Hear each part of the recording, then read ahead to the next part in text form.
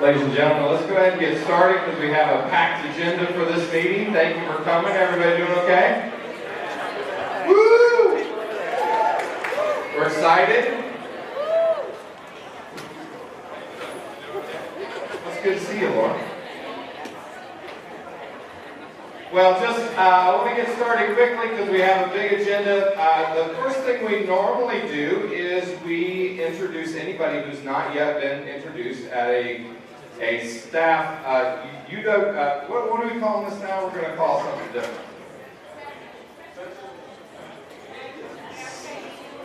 Staff. We're just calling it a SAEM. Sorry.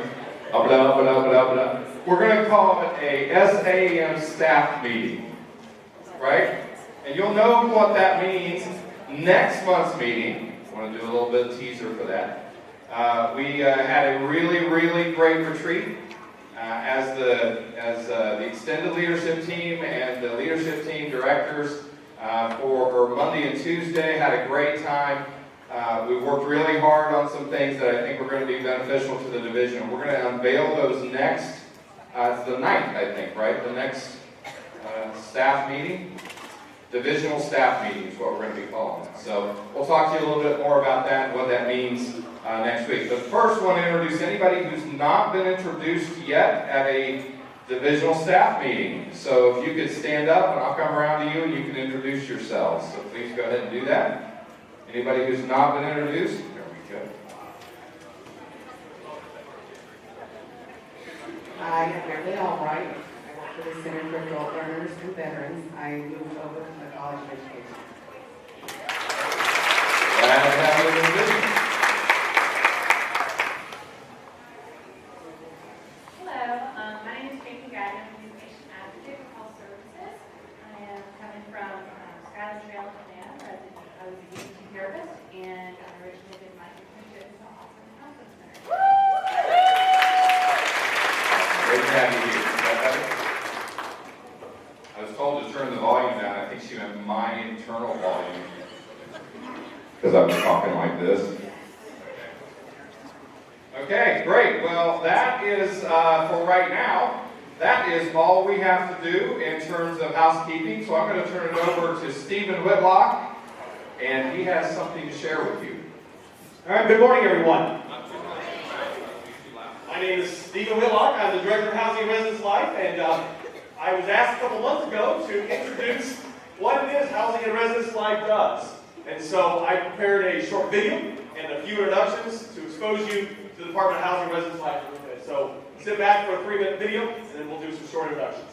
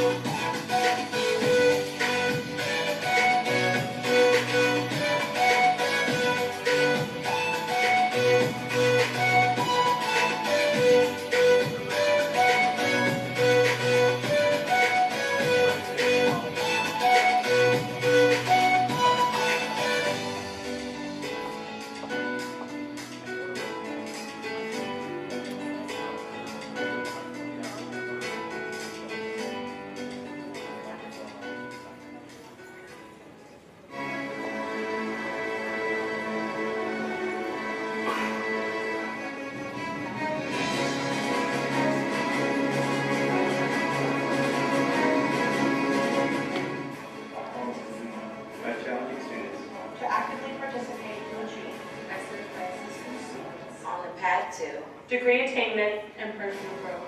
High impact by giving our residents the opportunity to know the real. and lasting experience at university. All righty, ladies and gentlemen, that's a little bit of background of our department. Thank you very much. That was our creed at the end and some of our many residency impact. But the numbers only give us context, the depth of responsibility we have in housing. It's the people who use leadership skills every day to collaborate and be inclusive. I believe some divisional values can make a difference. That's where our story lies. We want to share it today. Enough of the introduction. Let's introduce you to the people. My first introduction is Jennifer Hamlin. She works in strategic imperative number 4. Which is operational success. She lives the divisional values of collaboration and professionalism every day. She's our Assistant Director of Financial Operations and responsible for the overall visionary leadership of our departmental business functions. Jennifer, can you introduce your staff? Absolutely. Thank you, Stephen. I want to first introduce my financial operations team, which is led by Stephanie Parker, who is our business operations specialist, our accounting assistant, Mary Ann Russell, and 2 finance SAs. Second is our front office team, which is led by Manager Tracy Kirkland, our departmental assistant, Lauren Long, and our front office associate, Brandy Burdett. Our manager of occupancy is Diane Bowen. She leads a team of an assignments coordinator, Kelly Gassis, a departmental assistant, Cindy Sears, GA, Amber Cohen, for assignments to casual labor, Betsy DePlesio, and 2 SAs. And finally is our logistics and facilities team, led by our manager of facilities, Alan Thomas, our painter, Michael Rayburn, and multiple student assistants that house and work our logistics team. Thank you very much, Jennifer. Now I'm going to turn it over to Cassie Nelson. She works in strategic imperative number 1, student success. Lives the divisional values of growth and development and leadership. Every day, she is our interim associate director for housing and is responsible for the overall visionary leadership of our residence halls. Cassie? Thank you so much, Stephen. You guys might wonder what we do a lot of the times, and this is a lot of it, but if you wanted to know a look into Stephen's life, Stephen received over 3,000 emails alone in the month of September. The real joke is that I sent him 350 of them. So, without further ado, I'd love to introduce my staff in the residence halls. First up, I have Quinn Roberts. Quinn is our interim residence life coordinator for University Suites and Arborview Apartments. Quinn is accompanied with Ashley Owens for Arborview with 19 RAs, and Resident Director Sam Abney with University Suites 20 RAs. In University Suites and Arborview, they have over 35 desk assistants. Next up, Basha Willis. Basha is the Residence Life Coordinator for Centerpoint, Stroger Annex, and Titus Hall. Basha has 80 ADP supervisees. RD Kayla Harris in Centerpoint with 16 RAs. RD Interim Meg Freeman with 5 SAs in Stroger Annex, and Senior Resident Assistant Brittany Horton for Titus Hall with 4 RAs. Next, Haley Mackey, our Residence Life Coordinator for Oaks, Gunn, and Bowden Hall, led in company with RD Alexandria Richard, for Bowden Hall with 9 RAs, Sierra Davis, Resident Director of the Oaks, with 16 RAs, and Susan Wood for Gunn Hall with 5 RAs. Haley collectively supervises over 76 student employees for Gunn, Oaks, and Bowden Hall. Finally, I have the Manager of Housing for Greek Village, Tamara Elliott. Tamara is accompanied by Resident Director Joshua Stroggins and 6 Greek Village aides. In Greek Village, we have 15 Greek organizations under the different executive councils and a number of extra restaurant employees to help manage our social events. Thank you very much, Cassie. I saw a bulletin board once that said, I'm not telling you it's going to be easy. I'm telling you it's going to be worth it. And it's that team every day that works with our residents living on campus to make the experience here at West Georgia worth it. Next, we have Jason Brett. He works in strategic imperative number 2, academic success. He lives the divisional values of collaboration, growth and development, and leadership every day. He is our Assistant Director for Residence Education, responsible for living learning communities, being learning communities, residential curriculum model, which includes our programming model, and is part of the Wolf Experience, our new Red and Blue crew. Jason.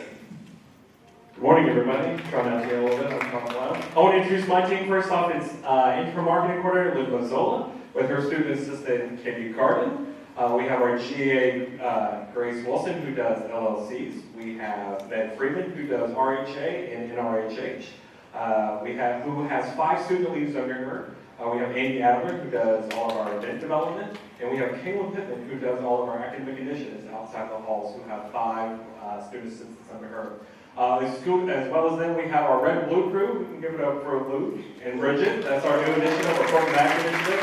You'll see the trailers soon around campus and all our fun programmatic things that we have going on. Steve, back to you. Jason, I think you forgot to mention one thing. You have something coming up next week that I'd like you to tell everybody about quickly. Awesome. So next Friday, we will have 550 student leaders from around the region coming to campus. We have Meg and Grace over here, and as long as, where's Zach? Zach right here. We are hosting SACUR. SACUR is a large regional conference that is coming to West Jordan. I'm really excited about this. These are student leaders who come and see why it's great when you go west. So if you want to stop by Friday, Saturday, or Sunday, come by and see what we're doing. It's a whole lot of fun. If you're looking for a place to eat Friday night, stay away from Carrollton restaurants or hotels. They're taking over the city.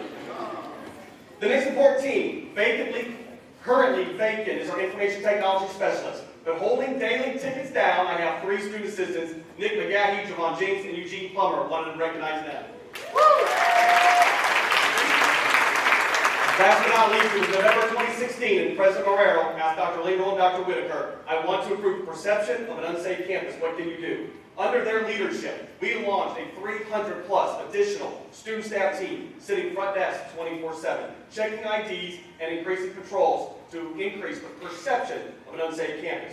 We knew it was safe, but this was important to our leadership, and we enacted it. This is mostly student-led, and it has made a difference. Time for me to introduce Manager of Housing, Andy Russell. He assumed the manager position in summer. He, along with all of my RLCs, made this initiative happen. It is my privilege to introduce his team. GA Lauren Hamby for Restar Operations. GA Jamil Howard for Arborview and Strozier. GA Tyler Shelton for Oaks and Bowden. GA Luke Selmer for University Suites and Centerpoint.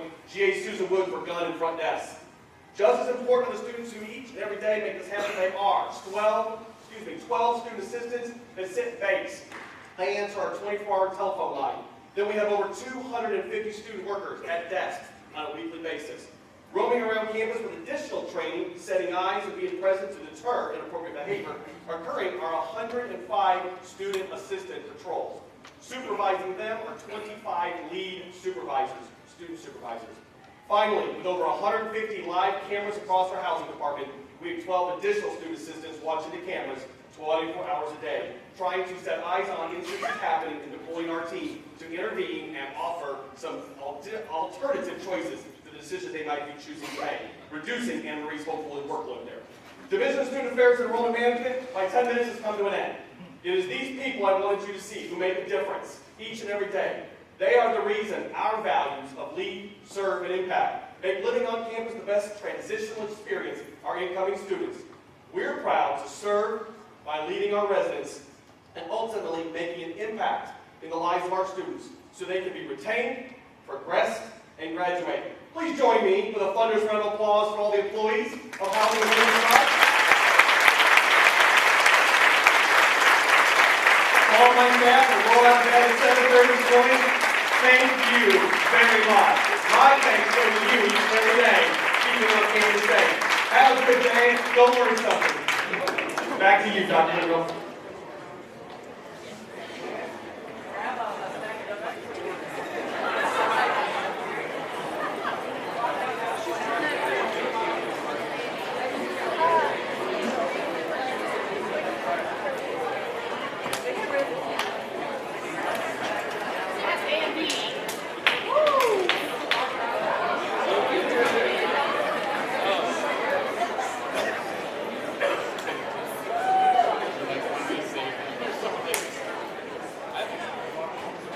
Good morning, y'all.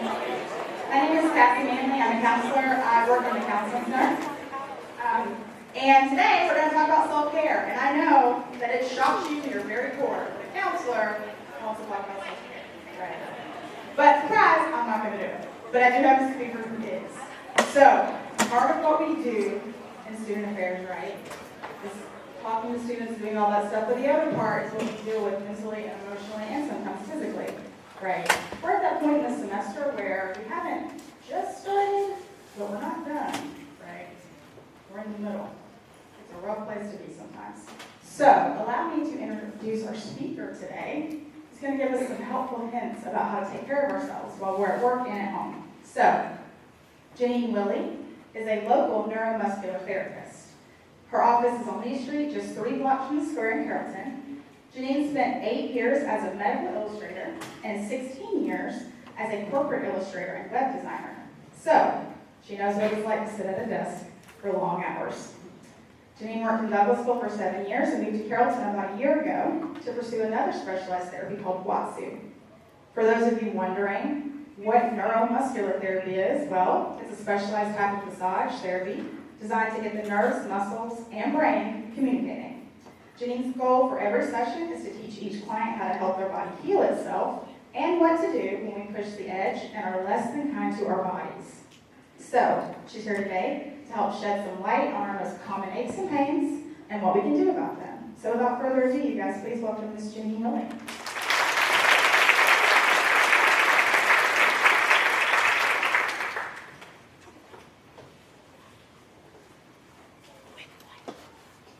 Good morning. And thank you for having me. Thank you, Kathy. I'm not a public speaker, so if I'm just sitting here staring at my notes as I'm reading them, then that's just what you guys get to see. Here we go. And I can't follow that thunderous round of people. So I am a neuromuscular therapist, which means that I'm all about restoring muscular balance. The one thing people say to me all the time is, I sit at a desk all day. How can I possibly hurt? Because you think you're not doing anything when you're sitting there. But actually, you're doing a lot. And as a former desk jockey myself, I can tell you from my own experience that office work can wreak havoc on our bodies. If you spend all day at a desk, which I'm guessing the majority of you do, then you know exactly what I'm talking about. It's those aches and pains in your neck, your shoulders, your back, your hips, those knots and lumps you get right here and right between your shoulder blades where you can't reach. And it all comes down to one thing, muscular imbalance. Let me say that again, muscular imbalance. So that's when the muscles on one side aren't the same as the muscles on the other side, front to back or side to side, and that's where all that pain comes from. That's not the kind of balance I was talking about. This is the kind of balance I'm talking about. So when both sides are equal in strength, then we maintain our balance, but when one side is stronger, it overpowers the weak side, and then the weaker side becomes overstretched, and then the vicious cycle of pain is created. So let them correct it over time, this will lead to pain and postural distortions. You probably spend more time at your desk, sitting down, than you do anything else in your life. Yet this time spent sitting in a chair that's too low or a desk that's too high with necks bent down, looking at a screen, it makes you feel like Quasimodo at the end of the day. Sitting for long hours can result in all sorts of nasty stuff like eye strain, shoulder pain, neck pain. Sound familiar? Just plain pain. You're sore and achy at the end of the day. Now I'm not going to spend a lot of time talking about this slide.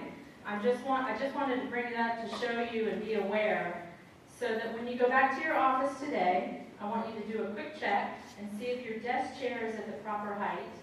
And if you can type without scrunching your shoulders up like this while your feet are still on the floor. So that's really what we're talking about today.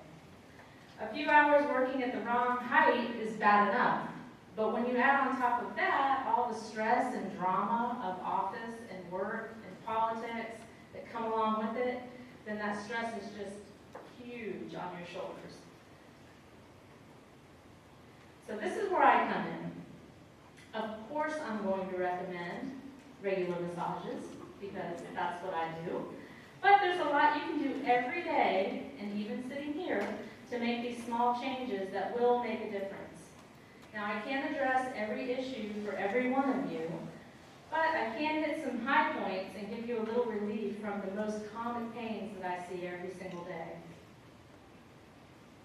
One way to deal with aches and pains is topical creams and ointments. If you haven't tried these already, then you should. You want to look for a good analgesic for the pain and a good anti-inflammatory for the inflammation or swelling. In my opinion, the cheap products are just as good as the high-end ones. So don't go out spending tons of money on whatever high-end pain relief of the day is. Bengay, Cryoderm, Biofreeze, they're all about the same. Some are greasier, some are smellier, but basically they have the same ingredients. My personal favorite is something called Max Freeze. You can get it anywhere, and it's like $5 for a pretty good sized tube, and it's aloe-based, so it's all natural. So if you're looking for a good cream or gel to put on, that's a really good one. Pain patches, also great. So the bottom line is whatever you have hanging around your house that's probably been there for 10 years in the bathroom somewhere, go ahead and use it. Don't go out and buy something new, but they really do work. So before we get into specific muscles and what to do about them, I want to mention a couple things. Number one is breathing, and number two is hydration. So we in our culture are not taught how to breathe correctly. That's just not something that we're born with, and we don't come with a handbook, so we don't always know how to breathe correctly. So I want everyone to do these exercises with me, even if you don't want to. Put your hands on your belly. Sit up straight. We're going to do a breathing exercise where we breathe in to the count of 7, and we breathe out to the count of 11. When you're doing breathing exercises, you always want your exhale to be longer than your inhale, so you can squeeze out some of the stuff that's already in your lungs right now. So with your hands on your belly, when you breathe in, you're going to feel your hands come up. You're going to push your belly out like Buddha. When you breathe it in, which sounds weird, but that's how it works. So are you ready? We're going to breathe in to the count of 7. Your belly is going to poke out on the intake. Ready? Here we go. 1, 2, 3, 4, 5, 6, 7, and breathe out. 1, 2, 3, 4, 5, 6, 7, 8, 9, 10, 11. Now, if you ran out of breath and couldn't breathe in, or you ran out of breath at the end and couldn't breathe out, that should tell you something about your lung capacity, because your lungs should be able to slowly breathe into the count of 7 and have enough oxygen or enough air to slowly breathe out to the count of 11. If you have trouble with that, you guys need to practice. When you're sitting at a desk all day, we breathe shallow, we don't get enough breath, we don't get enough oxygen. So a couple deep breaths every single day, that's going to really help that process. And make sure you're inflating your belly, not your chest. I want it to be from the diaphragm. So the next thing we're going to talk about is hydration. If you guys think you drink plenty of water, then bravo for you. But you're in the minority because most of us don't, myself included. So if you're not drinking your body weight, half your body weight in ounces every single day, and that's a lot of water, then you're probably not drinking enough to hydrate your muscles and your joints, and that could be adding to some of the stiffness and pain that you're feeling, especially if you tend to get muscle cramps. If your legs are cramping at night, dehydration is the absolute #1 reason for cramping like that, and you should drink more water. If you drink tea or coffee or any caffeinated sodas, they act as a diuretic, which means that you need to drink more water to overcome the effects of that. For those of us like me who know we're not drinking enough, just adjust accordingly. Try to add a little bit more to every day. Ice versus heat. How many of you guys know exactly when to use ice and exactly when to use heat? Yeah, most people don't. And so people fight about this all the time, and I'm going to tell you what I was taught in massage school is not what I recommend to my clients. They told me ice only and ever ice only. And that's just not true for me. I mean, through practical application, I have found that if you prefer heat and that relaxes you, then use heat. And if ice is something that makes you cold and it makes you uncomfortable, then don't use ice. So listen to your own intuition. If you have a strain or a sprain or some other kind of pain somewhere in your body, use what feels right and feels good to you. And it may not be the same thing that day as it would be for another day, but you'll know the difference, and just use whatever's good for you. So we're about to do some stretches, and everybody in the room is going to do them with me, right? Do that one. But before we start stretching, I want to go over a few things. The first one is that 20 seconds per stretch is the golden rule. 20 seconds is how long you want to hold every stretch. If you're not going to hold it for 20 seconds, it's not even worth doing. But for the purposes of this demonstration, if I had you hold every stretch for 20 seconds, we'd be here all day. So we're not going to hold these stretches for 20 seconds. We're only going to hold it long enough for you to get the gist of what I'm telling you to do. After this is over and you go back to your desk, by all means, hold it for 20 seconds. And of course, you should do both sides. We may not always do both sides here. So let's get into some stretches, or let's get into some specifics. So what I see every single day on my table, and this is not a complete list by any means, is that your pain is unique to you. Every single one of you have that special pain that's just yours, but because you sit in the same position all day, I tend to see things that look alike. So a lot of the stretches I'm going to tell you to do are very common and very similar. So every pain that you have probably has a stretch that goes along with it. And if you're familiar with YouTube or using Pinterest, you can look up your specific pain and see how to stretch it best. But I'm just going to give you some general guidelines. If you have specific questions for me, I'm going to stay after a little bit. I'll be out front if you have something you want to address. Or you can come down to my clinic. It's right down the street. It's right across from the train depot on the Carrollton Square. So here we go, neck pain. Neck pain, hands down, the most common pain that my clients deal with. And I have some slides that you're going to see that have anatomy on them. I'm not going to spend any time trying to teach you muscle names or anything like that, but they're there just so that you know that I know what they're called. Yeah. So there are many muscles in the neck, all along both sides here. And in the back, and you know if you're feeling pain in these areas, that you may need a massage. But we're going to do some stretches. So having your computer at the improper height, rubbernecking, like this, to look at your monitor. I know none of you do that, right? So there are things that you can do at your desk to mitigate these problems. And one of the things for rubbernecking, is to move your computer monitor up about 12 inches off your desk. Because do this with me. It's easy for you to poke your neck out if you're looking straight ahead. If you just angle it ever so slightly up, it's not as easy to do. You can't really do it. So if you're one of those people, give that a try over the height of your monitor up. So here's a good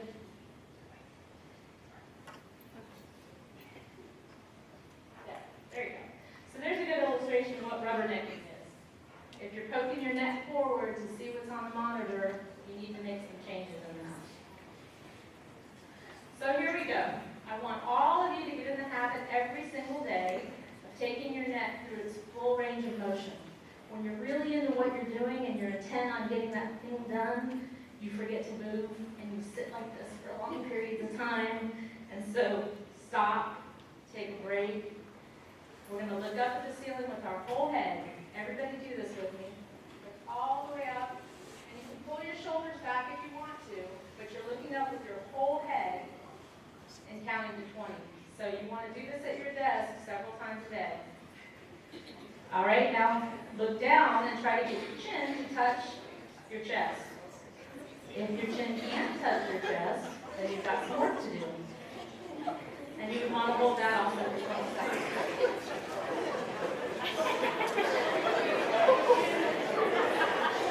I can see somebody whose chin can't touch their chest. So we need to work on it. So the next thing we're going to do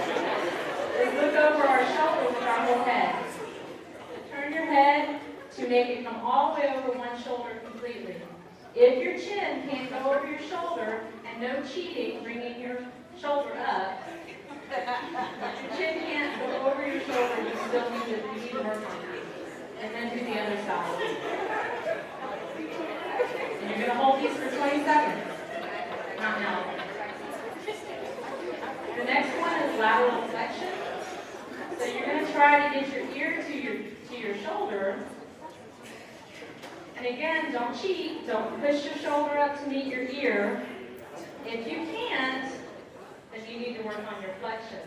And then do the other side. So every day at your desk, several times a day, I'm going to be checking on you. No, I'm not.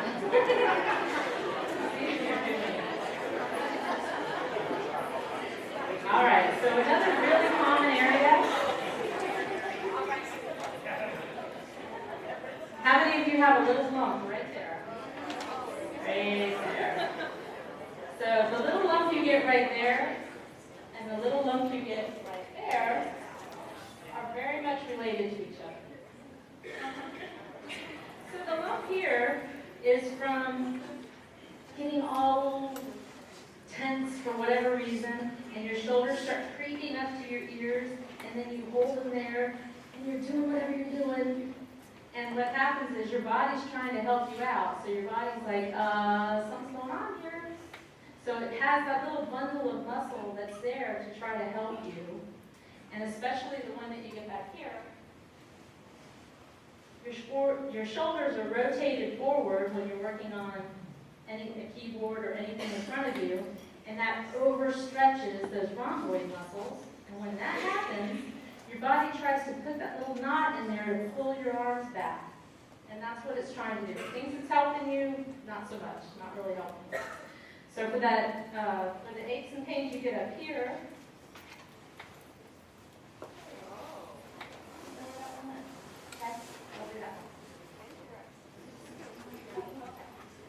all right, so you're going to take one hand and put it behind your back.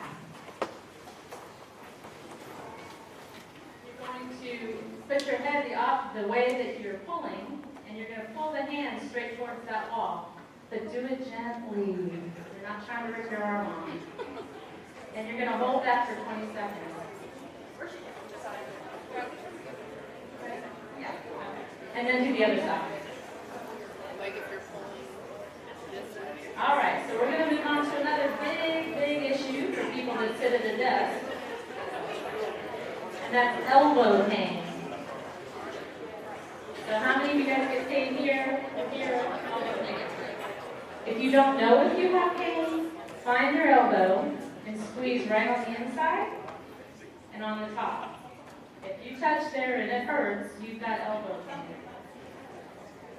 So you guys have probably heard of golfer's elbow or tennis elbow. They both refer to elbow pain, and they're both a type of tendonitis. Very easy to overcome.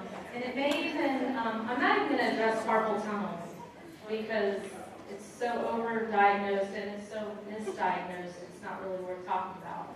But if you have carpal tunnel issues, it may be your elbows that are causing it. So the real name for this is medial and lateral epicondylitis, and you don't need to play golf or tennis to have pain here. So the stretches for these are awesome.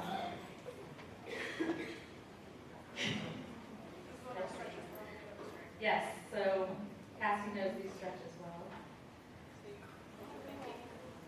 Then you bring your thumb and touch your fingertips. Okay, I'll say it so you guys can hear it for the people in the back. You are going to pull back your pinky as far as it'll go. Touch the tips, and don't cheat and touch your finger down here. Touch the tips of all 3 fingers 3 times each. You may feel pain all the way down here. You may feel it all the way down your arm. If you have pain, do it, but do it gently. Then pull your ring finger back and do all 3 fingers, including your pinky. And pull your middle finger back, touch all 3, including your inner finger. Pull it back, touch all 3. You kind of get the idea. We're not going to do both hands though right now. When thumb. You're going to pull your thumb back, and I'm showing you this way, but really it's more effective if you do it underhand. But you pull your thumb back, and you're going to touch each finger to this part of your palm. Nice and slow, just like that, as you're pulling your thumb back. Your thumb goes back, and your thumb goes down. So make sure you get both those motions, back and down, and wiggle, wiggle, wiggle. Then you're going to do the other hand. So that's, here's some reasons.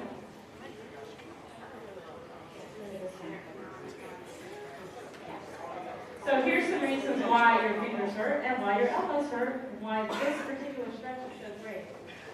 If you're typing and your hands are back like this, that simulates the backhand swing of a tennis player, which is why it's called tennis elbow. If your hand's down like this when you're typing, that simulates a grip or like a golfer, which is why it's called golfer's elbow. So don't have your hands down and don't have your hands up. They should be straight ahead, and they should be supported if you don't have them straight ahead, and that's going to help with all that pain you have. So that's the stretch we just did. And that stretch is very specifically for the pain you have on the inside of your elbow, right here.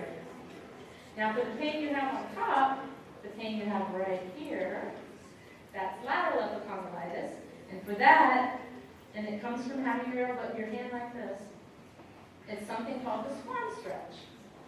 So everyone's going to take their hand and make a swan out of it. And you're really thinking about the space between here and here on your wrist.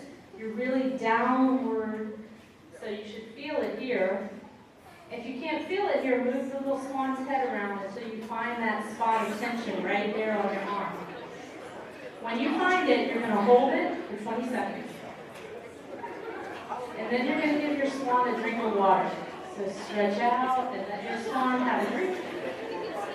Find that spot again, find that tension again, and hold it for 20 seconds. And then shake it out. Every day, people. Every day. I want you to do this stretch.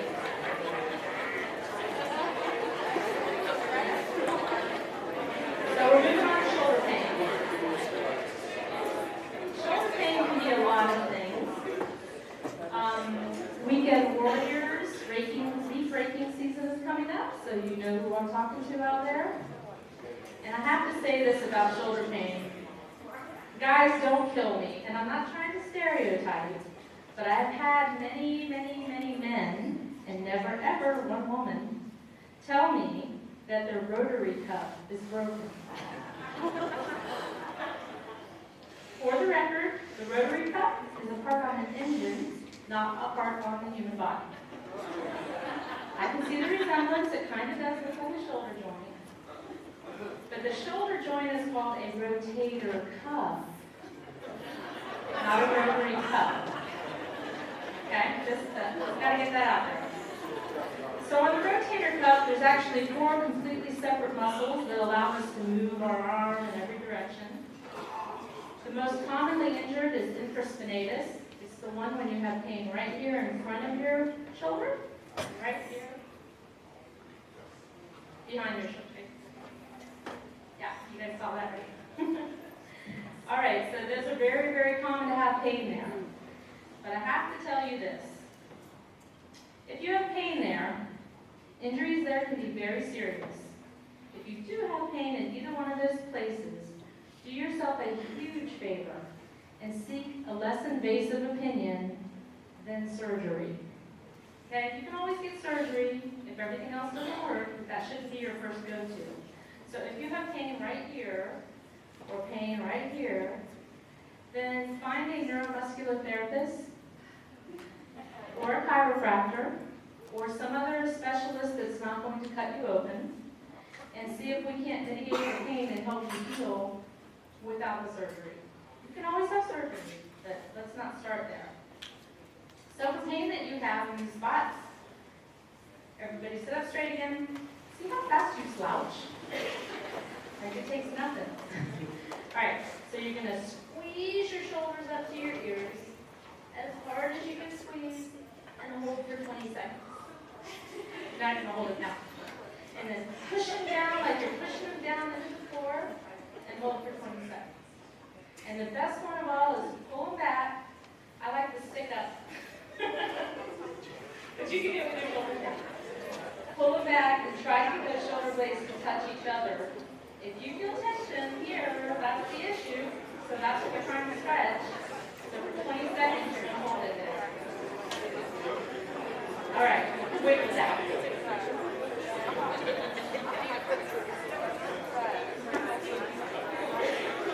So now we have a couple other spots of back pain that I want to talk about.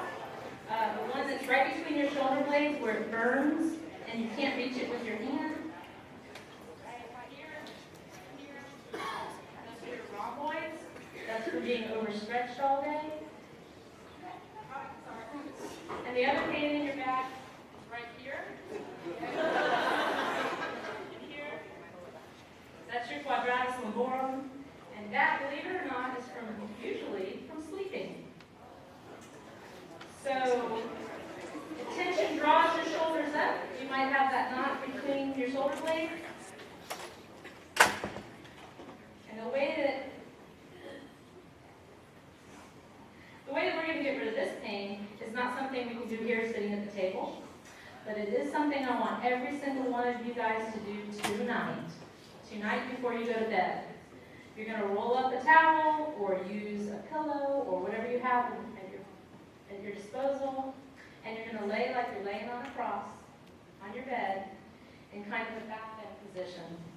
What that's going to do for you is it's going to gently open up all of the muscles in the front of your chest, and it's going to gently contract all of the muscles right here in the back.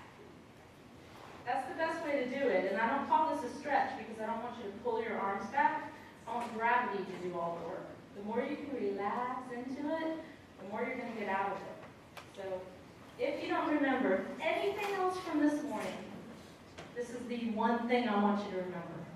So, forget everything else I said if you have to, but do this stretch tonight. It's for every one of you.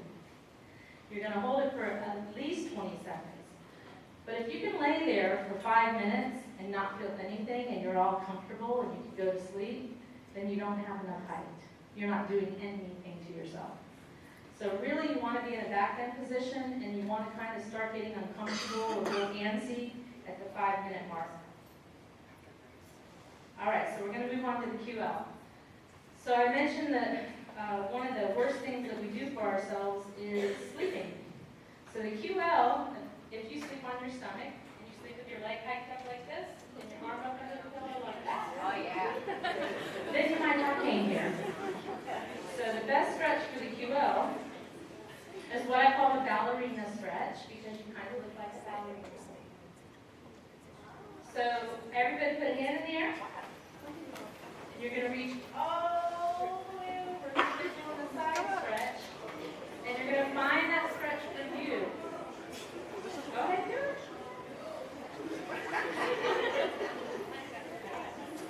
So you're going to hold it for 20 seconds.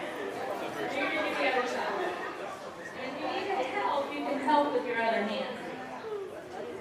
So that's what it's like. The next one is the pain you have right here. So low back pain, the SI joint, right there. So this pain is mostly from sitting. When you sit for long hours or you stand on concrete. Oh wait, yeah, 40 minutes. Yeah, that's it. That's your SI joint. So if you sit for long hours, that joint is meant to open and close, and that joint is meant to slide up and down. When it can't, it hurts. So a really good stretch for this is to turn all the way around. And do this one gently. So grab it out of your chair if you need to, and hold for 20 seconds.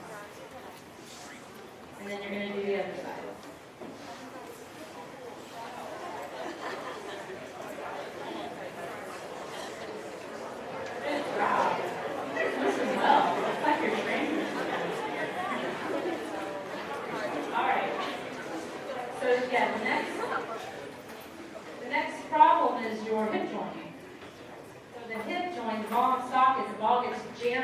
that socket, and then it can't rotate, and then you have pain, and that just makes the SI joint pain even more. So I kind of just said that, you don't have to read it. So the next one is The piriformis. So between the hip joint and the ball and socket getting smushed up into the piriformis, that's why you have pain there. And that big yellow thing is the sciatic nerve. So you guys have probably heard of sciatica. That's the most common reason for leg pain, numbing, tingling, any kind of pain going down your leg, is the sciatic nerve. So for this stretch, you're going to put one foot over the other one.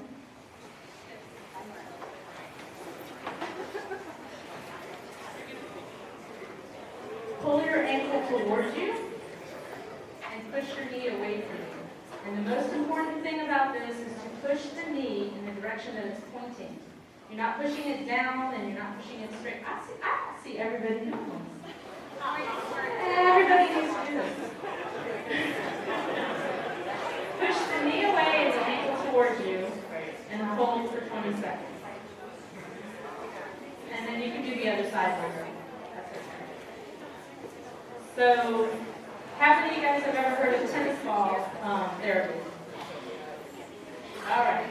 So tennis ball therapy, and I'm going to wrap it up with this. Tennis ball therapy, you can use a tennis ball or a racquetball or a golf ball. You can put it in all of those places. You can sit on it, you can lay on it, or you can put it against the wall and roll around on it. But tennis balls can be your best friends. So try that. If you can't get any pain relief any other way, this may be a good way to do it. I hope my little talk helps to alleviate some of your aches and pains. And although we do have replacement parts these days, this is the only body you're going to get. So take care of it, or take better care of it. And one last thing before I go, 3 of you under your seat have a gift certificate for a half-hour massage. So see if you're a lucky winner.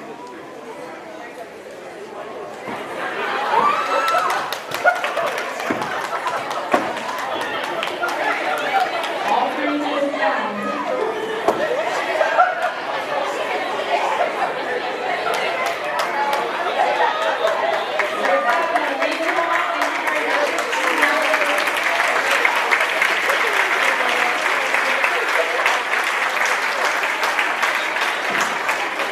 Now, please give Ms. Janine one more round of applause.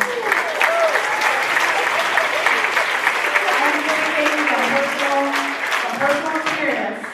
Changed my life, all right? So go see her if you feel like you need it. I'm going to pass it back to Dr. Winroll. Thanks, guys. Okay, thank you very much. Thanks to Cassie and the committee for bringing such great talent to us.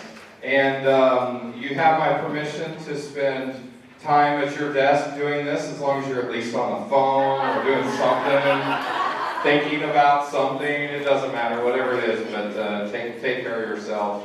Which is also part of what we're doing with Engage West is kind of creating that opportunity for us to have a little more balance in our life, and proper muscle balance is part of that. Right? Come on, help me out here. Yep. Okay. Well, thanks, Jennifer. Really appreciate that. Thank you very much for coming. We will be doing a few things differently in next month's meeting. Coming out of our retreat, had a great retreat, as I said, and a lot of great things happening here at the university and specifically in our division. We're doing a few things in this next month that are going to be a little bit of a deep dive. You've probably heard about the comprehensive administrative review. That is upon us. You've gotten some information from the university about that. That is a system-wide initiative, and I just sent out really my first email about it this morning to directors. So we're working on some things that are going to help our university and our university system get information about what we are administratively and what we do. I think our university is going to fare really, really well on this. We're going to talk a little bit about that over the next few weeks to understand what that's like, but that will impact a lot of people in terms of the work we have to do to prepare for this. So thank you for all you do. It's been a great term so far, and let's keep up the good work. So appreciate it. See you.